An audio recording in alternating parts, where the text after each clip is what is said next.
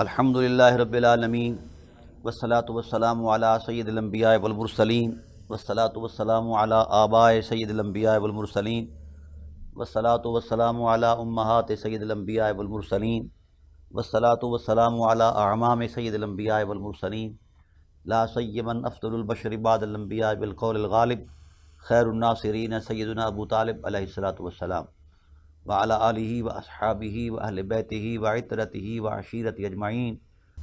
حمد و صلاۃ کے بعد انتہائی واجب القدر حاضرین و ناظرین، بحمد اللہ تعالی ہماری سلسلہ وار گفتگو عرفان قرآن کے حوالے سے جاری و ساری ہے، اور آج ہم عشرہ مغفرت میں داخل ہو رہے ہیں۔ اللہ تعالیٰ نے ہمیں اپنے رحمت کے عشرے سے مالا مال فرمایا۔ حضور عظمت الہی میں دعا ہے کہ اللہ تعالیٰ مزید رحمتوں سے اس امت کو مالا مال فرمائے اور اس کو عافیت اور سلامتی عطا فرمائے اور باہمی اتحاد اور اتفاق نصیب فرمائے۔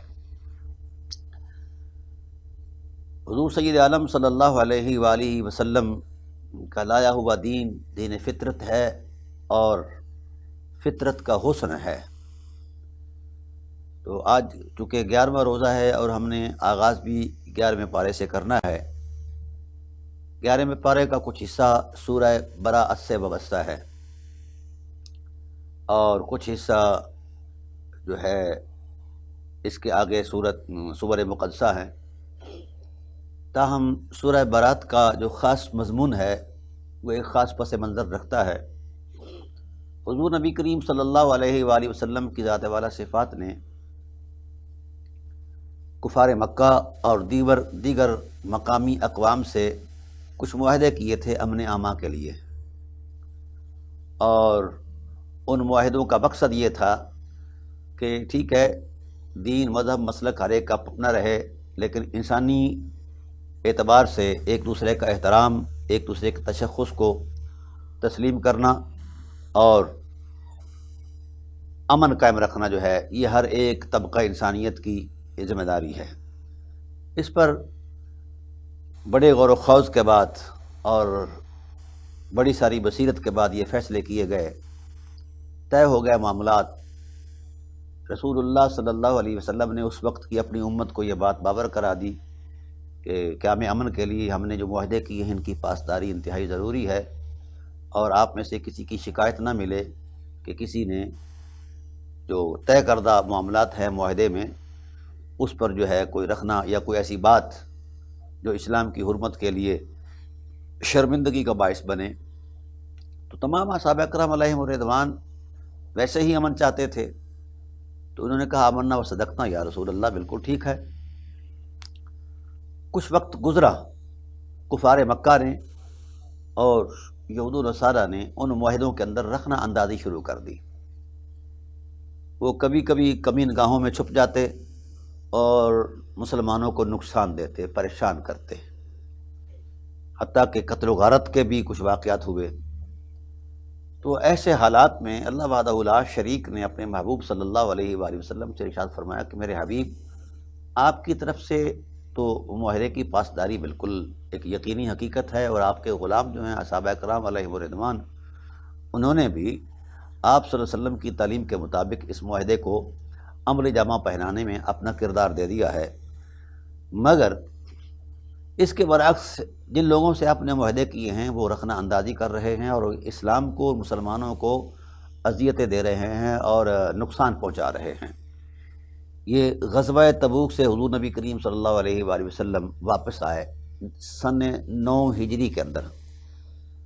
تو اللہ تعالیٰ کی ذات نے جس وقت دیکھا کہ اسلام اور مسلمانوں کا یہ نقصان کر رہے ہیں اور یہ بد عہدی کر رہے ہیں کفار مکہ اور دیگر اقوام جو ہیں جن کے ساتھ حضور نبی کریم صلی اللہ علیہ وسلم کے معاہدے تھے، تو اس پر جلال خداوندی نے فیصلہ فرمایا کہ طرفین سے معاہدے کا احترام ہو تو معاہدہ ہوتا ہے، اگر طرفین سے نہیں ہے تو پھر جو زیادتی کرنے والا شخص ہے اس کے ساتھ معاہدے کی کوئی صورت ہی نہیں ہے۔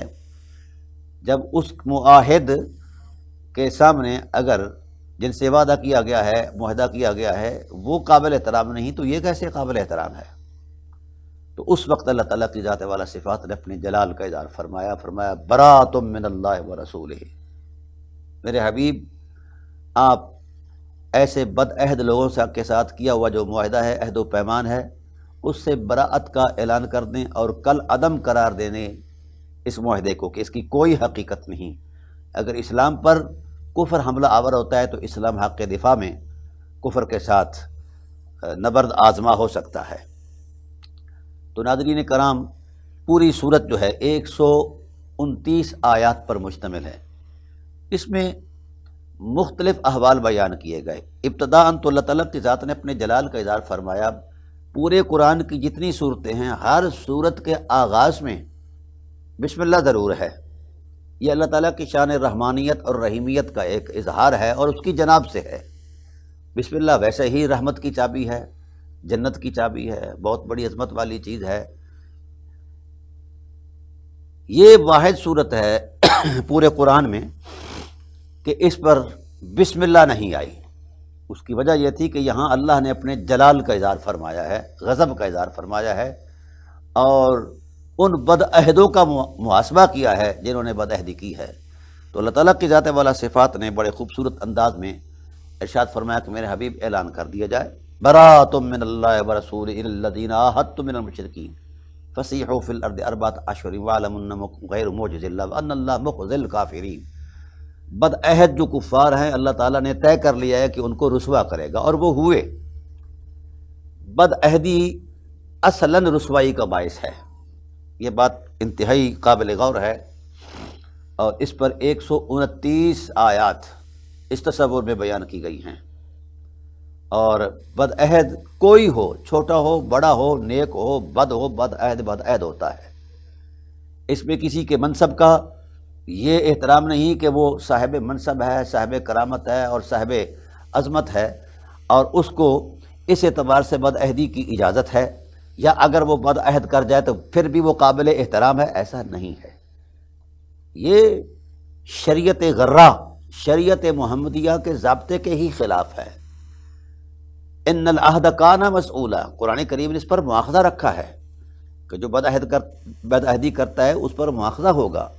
اور پھر حضور نبی کریم صلی اللہ علیہ وسلم نے ارشاد فرمایا، لا ایمان لمن لا عہد لہ، جس کا عہد نہیں اس کا ایمان ہی نہیں ہے۔ یہ خاص کر میں بڑی حساس بات عرض کرنے لگا ہوں، یہ صاحبان ایمان کا محاسبہ ہے۔ کفار کا محاسبہ تو بتا دیا گیا کہ وہ بد عہد نکلے، اور ان کو اللہ تعالیٰ کی ذات والا صفات نے رسوا کر دیا۔ لیکن یہ جو صاحبان ایمان ہیں، یعنی جو کلمہ گو ہیں، اگر وہ بد عہدی کریں تو گویا وہ کلمے کی حرمت کی پامالی کر رہے ہیں، کلمے کی حرمت کی پامالی کر رہے ہیں۔ لہذا ایسے بد عہد کا کوئی احترام نہیں، خواہ وہ کائنات کا کوئی محترم شخص ہو۔ ہمارے ہاں یہ ایک مذہبی سوچ پائی جاتی ہے کہ جو کوئی بڑی شخصیت ہے جی، اگر وہ کوئی جرم کرے تو وہ جرم نہیں ہے، اور اس کو یہ نہیں کہنا چاہیے، وہ نہیں کہنا چاہیے، اس کی گستاخی ہے، یہ ڈرامہ ہے اور اس کی کوئی حقیقت نہیں۔ شریعت کا اصول ہر ایک کے لیے ہے، بلکہ جو صاحب مرتبہ ہے، جو صاحب مقام ہے، جو صاحب عظمت ہے، کسی بھی اعتبار سے کسی بھی زمانے میں، تو قرآن کریم نے ایک ضابطہ بیان فرمایا ہے۔ فرمایا جس کو جتنا مرتبہ دیا ہے، اگر وہ اپنے مرتبے کا لحاظ نہیں رکھتا تو پھر اس کا مواخذہ دگنا ہے، 2 گنا ہے۔ مثلا امت میں نبی کریم صلی اللہ علیہ وسلم کی ذات والا صفات کے بعد امہات المومنین، یعنی حرم نبوت اتنا محترم حرم ہے جہاں فرشتے طواف کرتے ہیں، اور اس کے احترام کو لازم قرار دیا گیا ہے۔ ازواج مطہرات کو امہات المومنین کہا گیا ہے، اور ان کی حرمت یہ ہے کہ حضور صلی اللہ علیہ وسلم کے وصال کے بعد ان سے کوئی نکاح نہیں کر سکتا، ان کی وہ مائیں قرار پائی ہیں قیامت تک۔ تو اتنی بڑی حرمت کے باوجود بھی اللہ تعالیٰ نے امہات المومنین سے ارشاد فرمایا، من یأت منکن بفاحشۃ یضاعف لها العذاب ضعفین۔ اے امہات المومنین، تم جانتی ہو جب سے تم حرم نبوت میں آئی ہو تو احترام اور عظمت جو ہے وہ تمہارا خمیر بنا دیا گیا ہے، اور صاحبان تم اتنی صاحب عظمت ہو کہ امہات المومنین ہو۔ لیکن یاد رکھنا، اگر تم نے حرم نبوت کی حرمت کے خلاف کوئی قدم اٹھایا اور کوئی ایسی فحش بات تمہاری زبانوں سے نکلی یا تمہارے رویوں سے ظاہر ہوئی، تو اللہ تعالیٰ کی ذات یہ نہیں دیکھا گا کہ تمہارا منصب کتنا ہے، تمہارا مقام کتنا ہے، تمہارا احترام کتنا ہے، کیونکہ تمہارا تشخص تقدس امت سے ایک منفرد تقدس رکھتا ہے۔ لہذا اگر تم نے حرم نبوت کا احترام نہ کیا تو پھر تمہارا کوئی احترام نہیں رہے گا۔ من یأت منکن بفاحشۃ یضاعف لها العذاب ضعفین، دگنا چگنا کر کے تمہیں عذاب دیا جائے گا۔ کیوں کہ تمہارا مرتبہ بڑا ہے۔ اب اصول تو قرآن دے رہا ہے، جو صاحب مرتبہ ہو، صاحب عظمت ہو، اگر وہ دینی اقدار کا احترام نہیں کرتا تو پھر اس کا احترام نہیں رہتا، خدا تعالیٰ کے ہاں نہیں رہتا۔ تو پھر یہ واویلا کرنا کہ جناب فلاں شخص جو ہے فلاں شخصیت کا مالک ہے، فلاں اس کا احترام ہے، اور اس کے معاملات جو ہیں جناب اس پر بحث بھی نہیں ہو سکتی، اور اس پر جناب والا شریعت کا کوئی مواخذہ بھی شاید نہ ہو سکے، ایسا نہیں ہے۔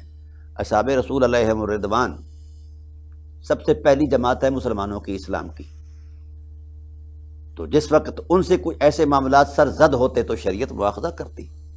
حضرت معاذ اسلمی رضی اللہ تعالی عنہ مواخذے کی زد میں آئے، کئی لوگوں کے ہاتھ کاٹے گئے اور کچھ لوگ قصاص میں جناب والا مار دیے گئے۔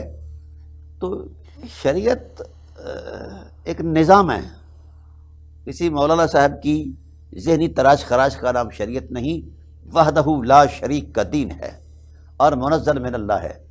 تو یہ اصول دیا ہے قرآن نے کہ شریعت کا جو احترام نہیں کرتا، خواہ بڑا ہو چھوٹا ہو، صحابی ہو، تابعی ہو، تبع تابعی ہو، ولی ہو، غوث ہو، قطب ہو، ابدال ہو، کسی بھی درجے کا شخص ہو، وہ قابل احترام نہیں ہے۔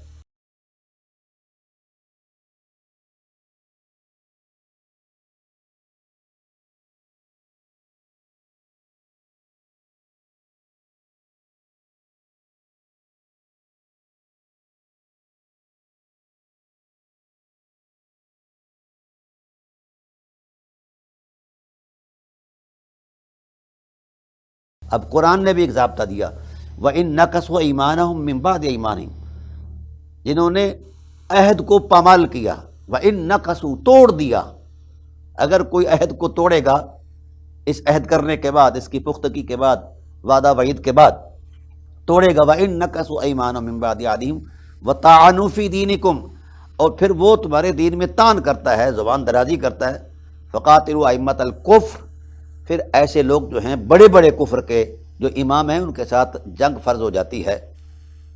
کیوں فرض ہوئی، کیوں واجب ہوئی؟ فرمایا انہم لا ایمان لہم، اب ان کا ایمان رہا ہی نہیں، ان کا عہد و پیمان رہا ہی نہیں، اب کوئی بندہ پابند نہیں ہے۔ تو گویا قرآن نے بھی ضابطہ دے دیا کہ بد عہد کا احترام ہے ہی نہیں، اور قیامت کے دن بھی بد عہد کے لیے ایک الگ سے ہی عذاب کی صورت ہوگی کہ اس کی جناب والا پشت پر، دبر پر جھنڈا گاڑ دیا جائے گا، دور سے ہر ایک کو نظر آئے کہ یہ بد عہد ہے۔ تو میں اپنے اہل علم علماء سے گزارش یہ کرتا ہوں کہ آپ بے شک اپنے مذہب کی جوڑ توڑ کے لیے جو کچھ آپ سے ہو سکتا ہے کریں، لیکن دلیل کا احترام بڑا ضروری ہے۔ اگر آپ کسی شخصیت کو احترام دینا چاہتے ہیں تو قرآن کریم سے یہ جو اصول ہیں یہ ہٹا دیے جائیں، یا یہ کہہ دیا جائے کسی دلیل سے کہ اصول تو بالکل ٹھیک ہیں، اس کو ہٹایا نہیں جا سکتا، قرآن سے کوئی آیت منہا نہیں کی جا سکتی، لیکن یہ ہے کہ فلاں آیت کے منظر نامے سے وہ شخص مستثنا ہے، تو پھر دلیل استثناء دے دیں۔ قیامت تک کائنات کے کسی صاحب علم کے پاس دلیل استثناء نہیں ہے۔ اس لیے میں گزارش کروں گا اہل علم سے کہ بضد ہو کر یہ جو مذہبی جوڑ توڑ ہے اس میں نہ پڑیں۔ جس نے بھی عہد و پیمان کی پاسداری نہیں کی وہ قابل احترام نہیں، خواہ کوئی ہے۔ جب رسول اللہ صلی اللہ علیہ وآلہ وسلم نے خود ارشاد فرما دیا کہ لا ایمان لمن لا عہد لہ، اس کا ایمان ہی نہیں جس کا عہد نہیں ہے۔ وجہ کیا ہے؟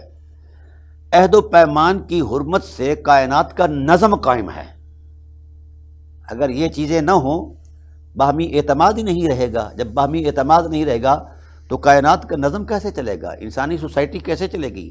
معاشرت کیسے چلے گی، تہذیبیں کیسے برقرار رہے گی، تمدنی احوال جو ہیں وہ کیسے منظم ہو پائیں گے؟ یہ تو کوئی بات نہیں۔ جیسا کہ ہمارے ہاں خاص کر پاکستان کا ایک ماحول ہے کہ رات گئی بات گئی، یہ کون سی ایسی باتیں ہیں؟ ہر روزانہ معاہدے ہوتے ہیں، سیاستدان اپنے معاہدے کرتے ہیں، مذہبی لوگ اپنے معاہدے کرتے ہو، اور بے شمار معاہدے ایسے ہیں جن کو میں نے اپنی آنکھوں سے دیکھا ہے۔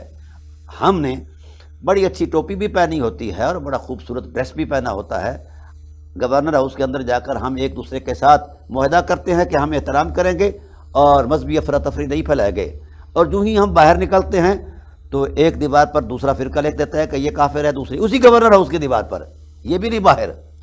تو یہ چیزیں جو ہیں یہ اسلام کے مزاج میں قابل اعتبار نہیں، قابل احترام نہیں ہیں۔ بد عہد کہیں بھی ہو، کعبے کا امام بھی ہو تو وہ بد عہد ہے، کیونکہ اس پر کسی کے پاس دلیل نہیں ہے۔ بد عہد جو ہوتا ہے اس کی کوئی پذیرائی نہیں ہے اور اس کا کوئی احترام نہیں ہے۔ لہذا میں اہل علم سے یہ گزارش کروں گا کہ آپ کے ہاں یہ جو ایک مذہبی جوڑ توڑ پایا جاتا ہے کہ فلاں شخصیت جو ہے اس کے بارے میں جو ہے سخت زبانی نہ کی جائے، بھائی ٹھیک ہے، نہیں کرتے تو پھر ہم چاہیں گے کہ قرآن کریم سے اتنی آیات نکال دی جائیں جو عہد و پیمان کی حرمت کو بیان کر رہی ہیں اور بد عہد کی مذمت بیان کر رہی ہیں۔ قرآن نے تو یہاں تک کہہ دیا وَلَا تَكُونُوا كَالَّتِي نَقَضَتْ غَزْلَهَا مِن بَعْدِ قُوَّةٍ أَنْكَاثًا تَتَّخِذُونَ أَيْمَانَكُمْ دَخَلًا بَيْنَكُمْ أَن تَكُونَ أُمَّةٌ هِيَ أَرْبَىٰ مِنْ أُمَّةٍ۔ قرآن پاک نے یہ واضح الفاظ میں کہا کہ بد عہد کی زندگی ایسے ہی ہے، بد عہد کا طرز عمل ایسا ہی ہے کہ مکہ مکرمہ کے اندر ایک عورت تھی، وہ پاگل تھی اور حواس باختہ تھی، وہ سارا دن سوت کاٹتی رہتی، سارا دن سوت کاٹتی رہتی۔ جب شام ہوتی دن بھر کی محنت کو کاتے ہوئے سوت کو وہ تروڑ مروڑ کر پھر رکھ دیتی، اگلا دن پھر آتا تو پھر اسی ٹوٹے ہوئے سوت کو پھر کاٹنا شروع کر دیتی۔ تو یہ اس کا زندگی بھر تسلسل رہا تو نتیجہ کوئی سامنے نہیں آیا، اس واسطے کہ اس کی جو محنت ہے اس کے پاگل پن کی وجہ سے، اس کی جہالت کی وجہ سے وہ ضائع ہو جاتی۔ تو من حسن الاسلام ترکوہ لا یعنی ہی، اسلام کے حسن میں یہ بات منفرد ہے کہ اسلام کسی ایسی بات کا امر نہیں دیتا جس کا نتیجہ کوئی نہ ہو، لا یعنی بات ہو۔ یہ اسلام کا حسن ہے، مسلمان کی زندگی کا حسن ہے۔ تو ناظرین کرام یہ بات ذہن میں رکھیں، شریعت ہے، یہ کسی کے عقیدے اور عقیدے پر مشتمل نہیں ہے، اس کا اپنا ایک سسٹم ہے، نظام ہے، لاجک ہے، سٹیٹس ہے، معیار ہے۔ یہ کسی مفتی صاحب یا مولوی صاحب کے کہنے پر نہیں بدلتی، شریعت ہے۔ تو لہذا طے یہ ہوا کہ بد عہد جو ہے اس کی کوئی حقیقت نہیں اور کوئی حیثیت نہیں، اس کا کوئی درجہ نہیں، کوئی اعتبار نہیں۔ رسالت پناہ عالم صلی اللہ علیہ وسلم کی ذات والا صفات نے تو اس سے ایمان کی بھی نفی کر دی ہے، لا ایمان لمن لا عہد لہ۔ اور یہ بات ہر مولوی جمعے کے خطبہ میں یہ پڑھتا ہے، سناتا ہے، لا ایمان لمن لا عہد لہ، لا ایمان لمن لا عہد لہ۔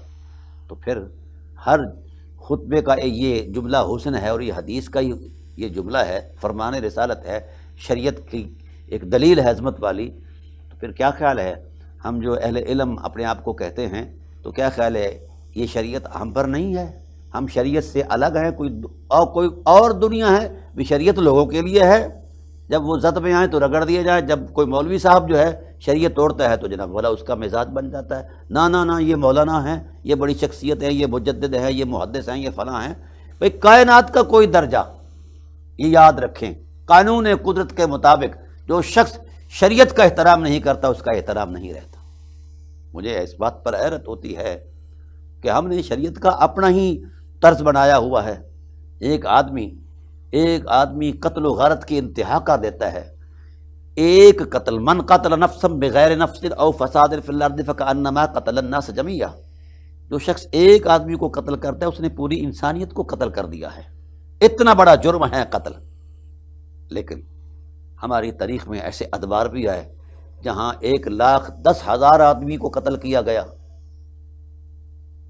یہ دل دوست تاریخ ہے، یہ اسلام نہیں ہے۔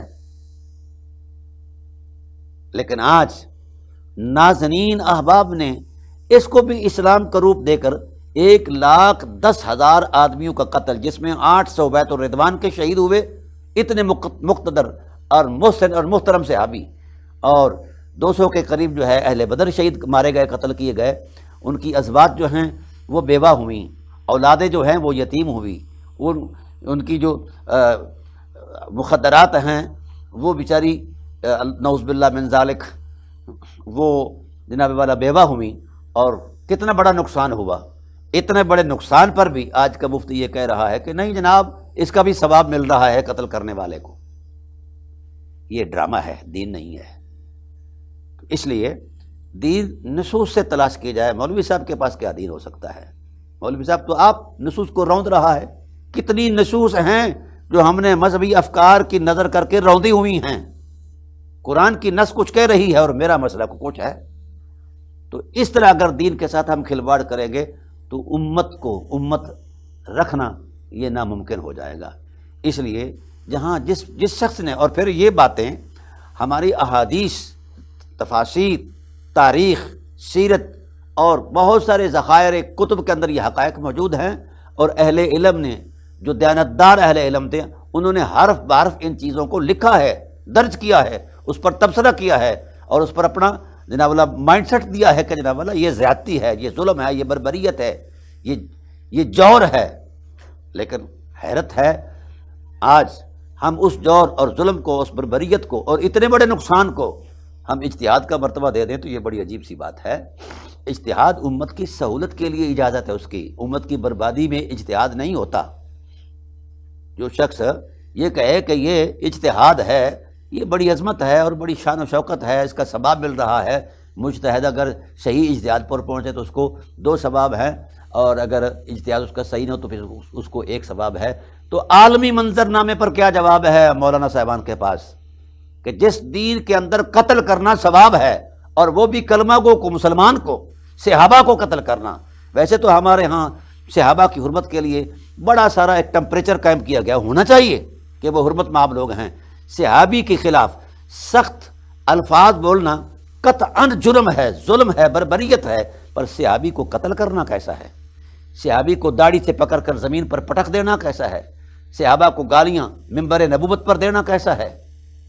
کبھی اس تاریخ پر ہماری نظر نہیں پڑی، کیونکہ میرا مسلک جو ہے اس کو مان بیٹھا ہے کہ جو جھوٹ ہے وہی سچ ہے، اور جو سچ ہے وہی جھوٹ ہے۔ تو یہ اعتبارات اب نہیں چلیں گے۔ دنیا ٹیلی کمیونیکیٹ ہو چکی ہے، ذرائع ابلاغ ہر جیب میں میسر ہیں، ہر ایک کو پتہ ہے کہ پس منظر کیا ہے، تاریخ کیا ہے، اور ہماری حقیقت کیا ہے۔ تو پھر اس وقت ہم عالمی منظر نامے پر کیا جواب دیں گے کہ جو دین، انسانیت اور مسلمان اور اپنے لوگوں کا قتل بے جرم، بے گناہ، یعنی جو صفین میں شہید کر دیے گئے، ان کا جرم کیا تھا؟ کیا جرم تھا ان کا؟ کہ وہ لا الہ الا اللہ کہتے تھے، مقتدر صحابہ تھے، صاحبان علم اور عرفان تھے، خدا رسول کے ہاں مقبول اور محبوب تھے۔ ان کو قتل کرنا، اور وہ بھی صرف اپنی خواہش کے لیے، اپنی مرضی کے لیے۔ تو یہ چیزیں جو ہیں، یہ ناہمواریاں ہم نے خود پیدا کی ہیں، اس لیے امت ٹوٹ چکی ہے۔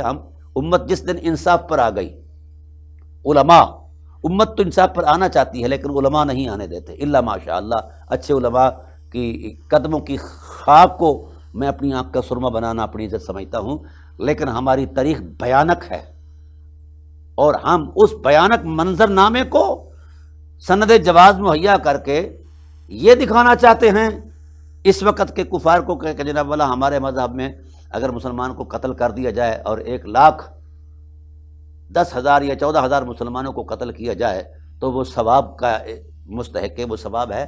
تو ایسی بات قرآن کریم کے کسی حرف میں نہیں ہے۔ آج یہاں ہوتا ہے، مطلب ہمارے علماء نے یہ لکھا ہے، جو عالم کو اویلم کہہ دے، یعنی تصغیر کے صیغے سے، تو وہ کافر ہے۔ بالکل ٹھیک ہے کہ علم کی توہین جو ہے یہ کفر ہے، مگر جنہوں نے مخزن علم کو قتل کیا ہے، اہل بیت نبوت کو قتل کیا ہے، اس پر آج تک کوئی فتویٰ نہیں آیا ہمارا۔ یہ شرمندگی ہے، یہ علمی دیانتداری نہیں ہے، یہ دین کی اقدار کی پامالی ہے۔ جس وقت ہم قلم سے لکھتے ہیں کہ فلاں جو ہے وہ بے گناہ ہے، اس واسطے کہ جناب والا اتنے آدمی قتل کر دیے گئے، ٹھیک ہے، اور پھر سرٹیفکیٹ دے دیا کہ وہ بے گناہ ہے، تو پھر گناہ کس کا نام ہے؟ مجھے اس بات پر حیرت ہوتی ہے کہ اگر کسی کے ظالمانہ رویے پر کوئی اگر جو ریکارڈ کے طور پر قرآن میں موجود ہے، ریکارڈ کے طور پر حدیث کے ذخیرے میں موجود ہے، ہماری تفسیر کے ذخیرے میں موجود ہے، اور ہمارے جناب والا جو سیرت کا ذخیرہ اس میں موجود ہے، تاریخ کے اندر موجود ہے، لاکھوں علماء نے اس کو ظلم قرار دیا ہوا ہے، لیکن آج ہم بڑے پیار کی نظر سے اس ظلم کو ثواب کہہ رہے ہیں، تو یہ بندگی نہیں بلکہ شرمندگی ہے۔ احساس ندامت سے لوگوں کو پانی پانی ہو جانا چاہیے۔ تاہم قرآن کریم نے ضابطہ دے دیا، جو بد عہد ہے اس کا کوئی احترام نہیں، خواہ وہ امام کعبہ کیوں نہیں۔ وجہ کیا ہے؟ وجہ بھی قرآن پاک نے بیان فرمائی ہے کہ اس سے نظم معاشرت تباہ ہو جاتا ہے، نظم زندگی تباہ ہو جاتا ہے، باہمی اعتماد ختم ہو جاتا ہے، احترام ختم ہو جاتا ہے، زندگی چلتی نہیں ہے۔ اس لیے براءۃ من اللہ و رسولہ، قرآن کریم نے واضح لفظوں میں کہہ دیا کہ وہ صلح کل عدم ہے جس صلح میں طے کردہ معاملات پر احترام نہیں اور ان کا مطلب ہے ان کو قبول نہیں کیا جا رہا یا ان کی پاسداری نہیں کی جا رہی۔ تو اس لیے یہ جو ہمارے ہاں مذہبی ماحول کے اندر صلح کا ایک بڑا واویلا ہے، اس صلح کا منظرنامہ دیکھیں اور قرآن کی آیات دیکھیں۔ ہاں، قرآن کو جھٹلا دیں تو یہ الگ بات ہے، قرآن پر عدم اعتماد کر لیں جیسا کیا ہوا ہے تو یہ الگ بات ہے، اس پر میں بحث نہیں کرنا چاہتا۔ تاہم یہ بات ضرور ہے وَإِن نَكَثُوا أَيْمَانَهُم مِّن بَعْدِ عَهْدِهِمْ إِنَّهُمْ لَا أَيْمَانَ لَهُم مِّن بَعْدِ عَهْدِهِمْ وَطَعَنُوا فِي دِينِكُمْ فَقَاتِلُوا أَئِمَّةَ الْكُفْرِ إِنَّهُمْ لَا أَيْمَانَ لَهُمْ لَعَلَّهُمْ يَنتَهُونَ۔ تو میں نے یہ اس لیے بھی بات کی ہے کہ ہمارے اندر جب تک ماحول جو ہے وہ درست نہیں ہوگا تو ہم اقوام عالم کو کیا منہ دکھانے کے قابل ہیں؟ جب ہم نے ظلم کو ظلم نہیں کہنا، جرم کو جرم نہیں کہنا، اور آج بھی یہ چیز موجود ہے کہ کوئی مسکین آدمی پھنس جائے، 10 روپے کی گٹی اگر اس نے دنیا کو چرا لیا ہے تو 10 سال سزا کاٹتا ہے، اور جو سارا ملک لوٹ کر کھا جائے اس کے لیے پھر بھی اعزاز ہے، اسے احترام دیا جاتا ہے۔ تو جس معاشرے میں انصاف کی یہ صورتحال ہو اور قانون اور نظام کی یہ صورتحال ہو، اس معاشرے کا چلنا ناممکن ہے۔ اس لیے میں چاہوں گا کہ علماء عہد و پیمان کی پاسداری کے لیے اپنا کردار دیں، اور مذہبی منافرت کے خاتمے کے لیے جو عہد پیمان ہوں ان کا احترام کیا جائے، ورنہ کل قیامت کے دن یہی جھنڈے ہمارے پشتوں پر لگائے جائیں گے کہ یہ حضرت صاحب تشریف فرما ہیں جنہوں نے اندر بیٹھ کر معاہدہ کیا امن عامہ کا، اور باہر آ کر اسی معاہدے کو جناب تخت و تاراج کر دیا ہے۔ تو ہم ہر ایک نے مرنا ہے، میں نے بھی مرنا ہے، آپ نے بھی مرنا ہے۔ خدا را اس امت کو بچانے کے لیے اہل علم جو ہیں عہد و پیمان کی پاسداری کے لیے کردار بھی دیں اور اس کی اہمیت کو بھی اجاگر کریں۔ اور شریعت بد عہد کو کوئی احترام نہیں دیتی، خواہ کوئی ہو۔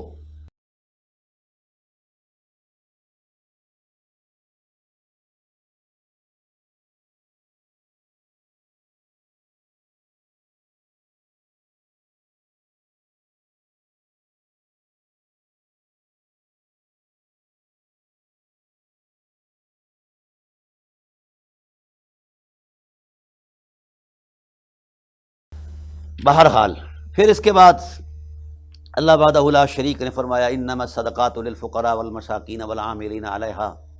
یہ ماہ مبارک جو ہے یہ اللہ کی طرف سے عنایات اور خیرات کا مہینہ ہے۔ اللہ تعالیٰ نے اپنے سارے رحمت، فضل، احسان، مغفرت، نجات کے خزانے کھولے ہوئے ہیں، اور وصفدت الشیاطین، اللہ تعالیٰ کی ذات نے شیطانوں کو جکڑ دیا ہے، بند کر دیا ہے۔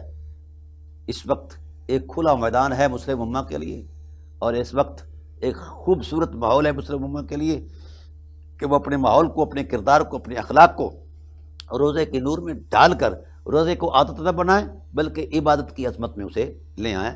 تو روزہ ایثار اور وفا کا بھی درس دیتا ہے۔ تو روزے سے اگر ہم نے کچھ نہیں سیکھا تو پھر ہمیں درس کہاں سے ملے گا، ہمیں سبق کہاں سے ملے گا؟ تو قرآن کریم نے انما الصدقات للفقراء والمساکین والعاملین علیہا والمؤلفۃ قلوبہم، میں نے پہلے سپاروں کی صورت میں آغاز میں یہ بات میں نے بیان کر دی تھی کہ انفاق فی سبیل اللہ پر جتنا قرآن نے زور دیا ہے اتنا کائنات کے کسی علم نے زور نہیں دیا، نہ کسی معاشرے نے زور دیا ہے، کہ ہر چوتھی آیت میں اللہ تعالیٰ کے ساتھ انفاق فی سبیل اللہ کا درس دیتا ہے۔ اس کی کوئی اہمیت تو دراصل یہ انفاق فی سبیل اللہ، اللہ کی راہ میں خرچ کرنا جو ہے یہ ہماری معیشت ہے۔ آج بھی جتنے ماہرین معاشیات ہیں ان سے آپ پوچھ لیں کہ معیشت کا استحکام کس میں ہے، تو وہ ضرور کہے گا کہ جب معیشت گردش کرتی ہے تو مستحکم ہوتی ہے۔ یہ کائناتی اصول ہے اور اس کو مسلمان بھی مانتے ہیں، غیر مسلمان بھی مانتے ہیں۔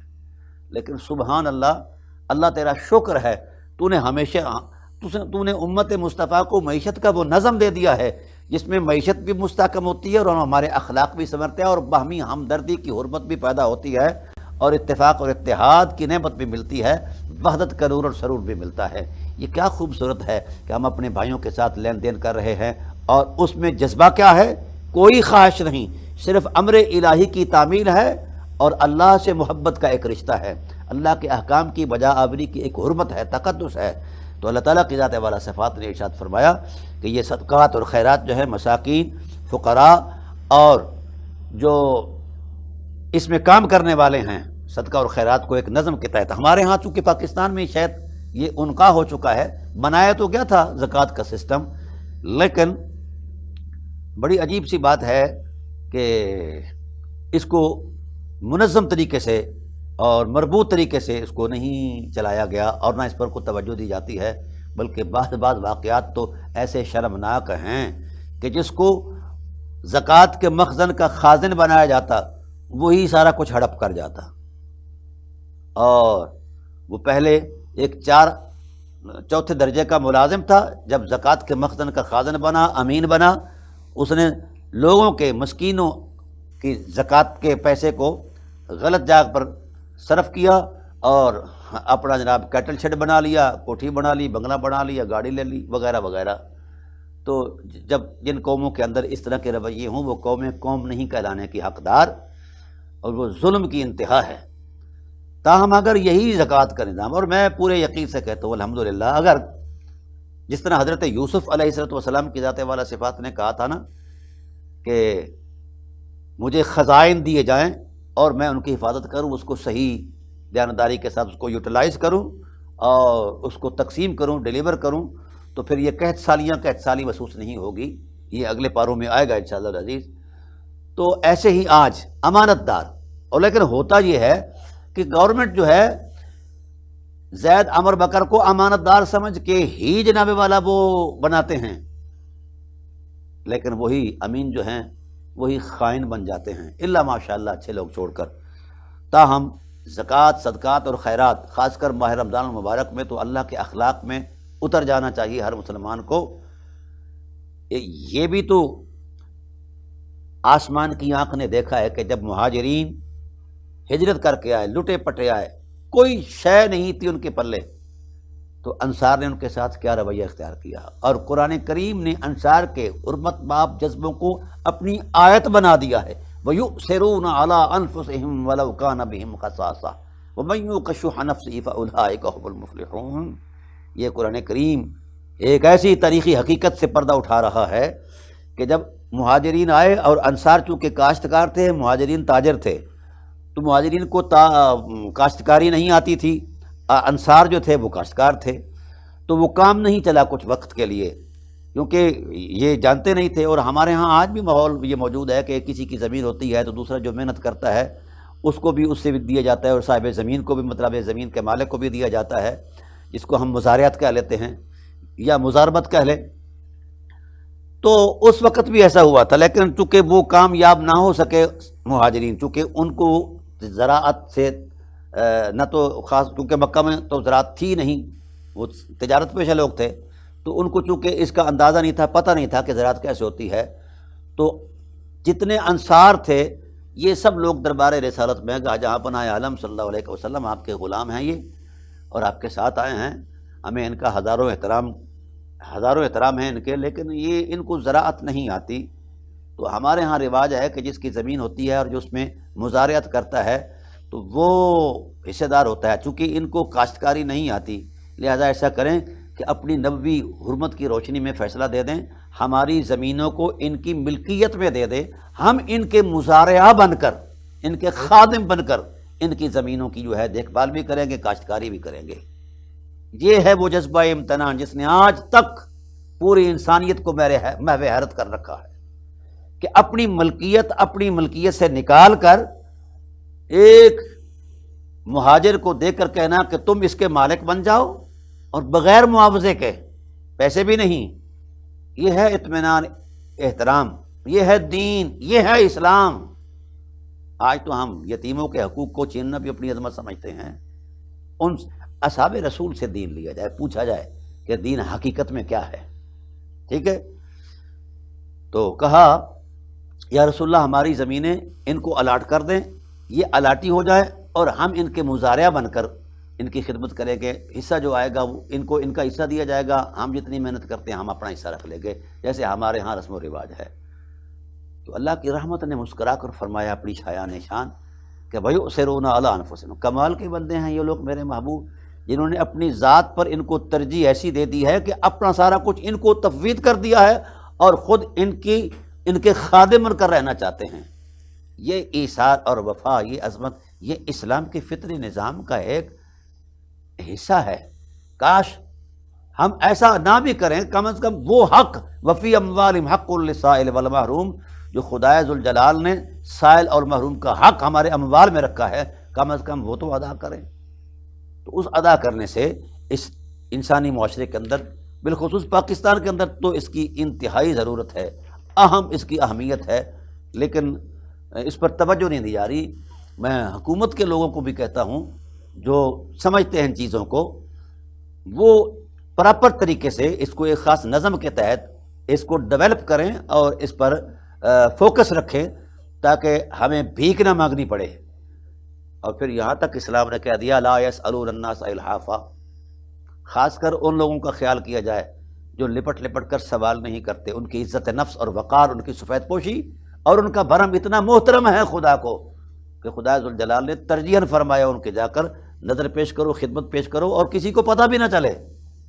یہ ہے ہمارے دین کی حرمت اور اسلام کا تقدس۔ شرف انسانیت کو کہاں پہنچایا ہے کہ ضرورت مند کو نیچا نہیں دکھایا، ضرورت مند کو بھی حرمت دی ہے۔ اور حضور صلی اللہ علیہ وسلم نے ارشاد فرمایا کہ دینے والا بھی احسان کرتا ہے اور لینے والا بھی احسان کرتا ہے۔ اصحاب رسول نے کہا یا رسول اللہ دینے والے کا احسان تو نظر آتا ہے لیکن لینے والے کا احسان سمجھ نہیں آتا۔ تو آپ نے فرمایا کہ جس وقت کوئی دینے والا دیتا ہے اللہ کی رضا میں، تو اللہ کی خوشنودی کا نور اسے ملتا ہے۔ دینے والے نے چند ٹکے دیے اور تھوڑا سرمایہ دیا جتنا میسر تھا، یہ جتنا اس کے ساتھ بساط تھی اس کے پاس، تو اس نے اسے وہ اس کی زندگی کے ضرورت کو مہیا کیا، تو لینے والے نے قبول کر کے اللہ کی رضا کا جو نور ہے اس کو جناب والا حق مستحق کرا تھا، اپنا وہ حقدار بنا دیا ہے۔ لہذا اس اعتبار سے وہ بھی محسن ہے اور یہ بھی محسن ہے۔ درمیان میں فلسفہ کیا تھا کہ دونوں کی تکریم باہمی جو ہے یہ مضبوط اور مربوط رہے اور بحال رہے، دونوں ایک دوسرے کی عزت کریں، کسی کو حقارت کے ساتھ نہ دیکھیں۔ یہ ہے اسلام کی تعلیمات۔ یہاں تک تو احتیاط بتائے، اس سے آگے اگر کہیں انسانیت کی حرمت کا کوئی تصور ہے تو پیش کریں، ہم اسے قبول کریں گے۔ اور اسلام جیسا نظام کوئی نہیں ہے، اسلام سے بہتر کون سا نظام ہو سکتا ہے؟ ہم نے اسلام کو بطور نظام اپنایا ہی نہیں ہے۔ آج ہمارا آئین تو یہ کہہ رہا ہے کہ قرآن و سنت ہی سپریم لا ہے، لیکن تجربے اور مشاہدے میں نظر نہیں آتا۔ کیوں نظر نہیں آتا؟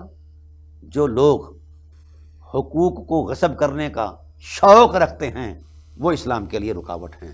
وہ کسی بھی اتھارٹی پر آ جائیں تو یہ جو اتھارٹیز ہیں ان کو خیال کرنا چاہیے، اور اگر یہ اتھارٹیز اس احترام کو نہیں احترام دیتی اس عظمت کو، تو پھر ان کو اتھارٹیز میں رہنے کا حق کوئی نہیں ہے، ان کو ریموو کر دیا جائے، ہٹا دیا جائے۔ پاکستان اسلامی ملک ہے، لا الہ الا اللہ کی حرمت پر بنایا گیا ہے، اس پر بحث بنتی نہیں ہے کہ ہم اس میں کون سا نظام لائیں۔ اس کا نظام لایا گیا ہے۔ علامہ جناب قائد اعظم رحمۃ اللہ تعالیٰ علیہ سے پوچھا گیا کہ آپ نے ملک تو بنا دیا ہے، اس کا آئین نہیں بنایا، تو سلام ان کی روح کو، عظمت کو، انہوں نے فرمایا اس کا آئین 1400 سال پہلے بن چکا ہے۔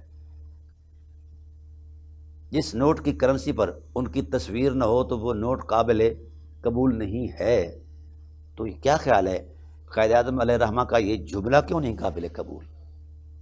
تو اس لیے میں چاہوں گا ارباب اقتدار کو بھی کہ وہ اپنے آپ کو جوڑیں، کس کے ساتھ؟ اسلام کے ساتھ۔ مسلمانوں کا نمائندہ مسلمان ہو سکتا ہے، غیر مسلم نہیں ہو سکتا۔ جس کے رویے، جس طرح ڈاکٹر اقبال نے فرمایا تھا کہ وضع میں تو تم ہو نصارہ، تبدل میں ہنوز، یہ وہ مسلمان ہیں جنہیں دیکھ کے شرمائے یہود۔ تو بھائی ہم ہر شخص اپنا کردار دے۔ مشینری کا ہر پرزہ جب سرکولیٹ کرتا ہے تو پیداوار پیدا ہوتی ہے، ایسے ہی جب پاکستان کا اور مسلم امہ کا ہر فرد اپنے ذمہ کا حصہ، اپنے حصے کا ذمہ داری جو ہے کردار دے گا تو پھر نتائج پیدا ہوں گے، اخلاق کی حرمت پیدا ہوگی، باہمی احترام پیدا ہوگا۔ اور خدا نے تو ہمیں حکم دیا ہے کہ یتیموں، مسکینوں اور فقراء کو دیں، لیکن آج اس پاکستان میں وہ بدبخت بھی موجود ہے جنہوں نے یتیموں کا حق دبایا ہوا ہے، اور بڑے بڑے ظالم موجود ہیں، لیکن ان ظالموں کو احترام دیا جا رہا ہے۔ اس کی وجہ میرے پاس تو الحمدللہ ریکارڈ موجود ہے، اور حکومت بھی جانتی ہے، یہ نہیں کہ حکومت نہیں جانتی کون کیا ہے، ادارے جانتے ہیں، لیکن چونکہ ہر ایک کے مفادات ہوتے ہیں، زد میں آتے ہیں، تو مفادات کو سامنے رکھ کر کون ہے جو ان چیزوں کو کھولے اور ظالم کا پنجہ مروڑے؟ ایسا نہیں ہے۔ دنیا والا پکڑا جاتا ہے، اور جو بینکوں سے دن دہاڑے اتوار کے روز سارے بینک لوٹ لے اس کو نہیں پکڑا جاتا۔ بہرحال یہ شکوہ نہ سمجھیں، اسے میرا درد سمجھیں۔ وجہ یہ ہے کہ جب تک ہم یہ نہیں کریں گے تو پھر کیا ہوگا؟